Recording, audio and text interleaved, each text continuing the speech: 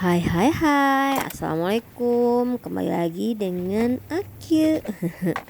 Hari ini temenin aku nyuci piring yang seabrek-abrek. Lihat bun, berasa punya usaha catering. Di rumah tuh cucian piring banyak terus, numpuk terus. Tapi doain deh, semoga emang nanti punya usaha catering sendiri. Karena kata orang kalau aku masak enak. Hehe, pede aja dulu. Cuman masalahnya nih bun, setiap habis cuci piring kayak gini pinggang pegel banget. Ini tuh berasa banget setelah aku melahirkan secara sesar.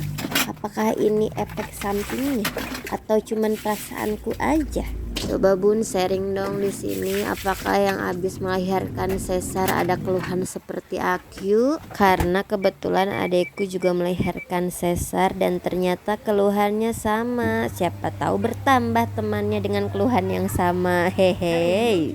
Pengen banget ya banyak temennya. Ya siapa tahu kita bersih sharing-sharing ya bun ya.